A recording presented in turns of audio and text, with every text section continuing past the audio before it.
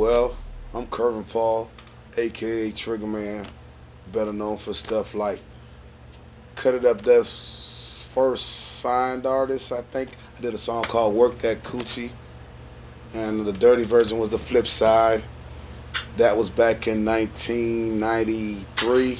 At the same time, I brought Kidd Money Shavers and Head of Splack Pack over to Cut It Up Death, and got them signed to Cut It Up Death with a song called Shake That Ass. You know what I'm saying? That's how it went down back in the day. I also knew Jock D, Jealous J, who y'all know as Jim Johnson now. We was like the little foundation over there at Cut It Up Death for Bob Smith, Mass Jam Productions. And at the same time, that's when Cooley hooked Kid up with Dynamix 2, and they did a song called Feel the Bass. You know what I'm saying? There was other records like 1-800 Fat Booty. I used to like records like that coming out of Cut It Up Death. It was real hot at that time. I remember when we first started, Bob had the shop over there off, I want to say, Rex Avenue's off, I want to say Congress. That was the first shop across from St. Luke's Church. And then he moved it to 10th Avenue across from the graveyard. And that's where I really bought Head and Kidd for that deal. As far as projects, I've owned a couple of labels. I started with Off the Chain in Tallahassee, and I pushed a couple of records out, and then I came with Push the Button, which I had investors for at that time. I did an album called Trigonometry, but prior to doing Trigonometry, I also did the Social Death Bass All-Stars with Little John and Jermaine. I did a song on there called Shakedown. It was the most played song prior to my boo, but at that time, I got in a little trouble, so I was kind of locked down, as you say, in cell blockade, so I wasn't able to do the shows. So at the time, Lil Jon put Zay's song out, that Thaya. I really don't understand what that song meant, but that was the song they put out, because at the time, he managed Zay too. I continued on. I was still hanging with my mentor, Shannon, better known as Fat Shan, and we started on the Bubba Sparxxx project on a label called, he started a self-label called Nonsense, but we were still dealing with Doug K, Doug K's out of Orlando, and he did beats like kind of like Beat Dominator, where it was no music, it was just beats, and he owned a label. What was Doug K's label called out of Sarasota? I can't think of it right now, but he did music like that. I think it was called Newtown.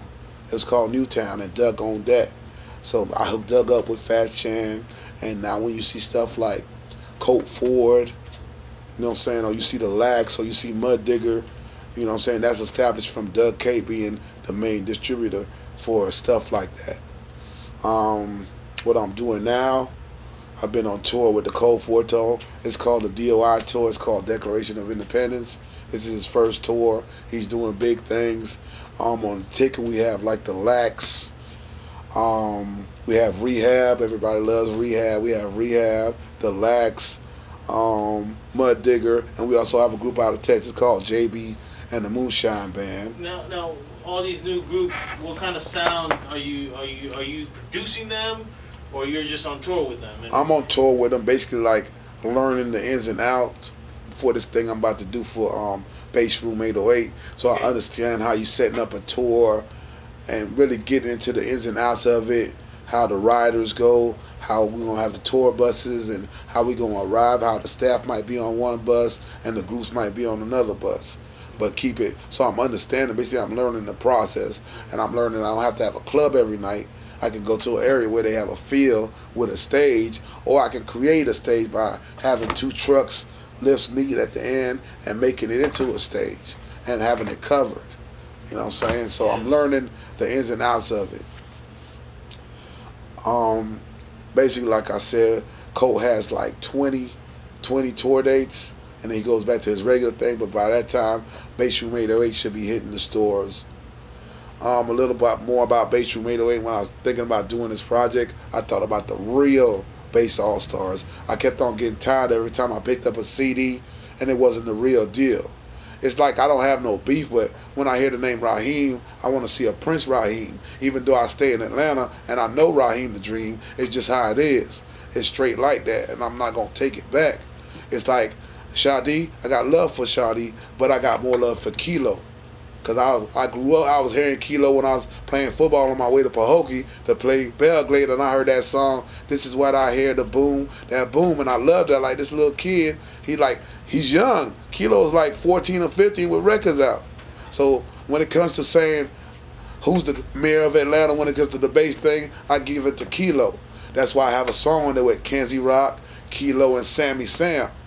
If I don't have a song with Shadi, it's not because of beef. It's about how you express yourself, the way you come with your mentality.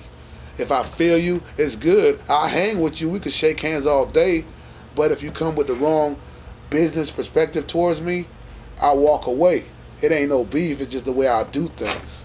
Because I'm from Palm Beach, and that's how we get down. Real talk and straight like that. It ain't no beef. If you treat my people good, I'm going to treat you good. But if you don't, you already know what it is.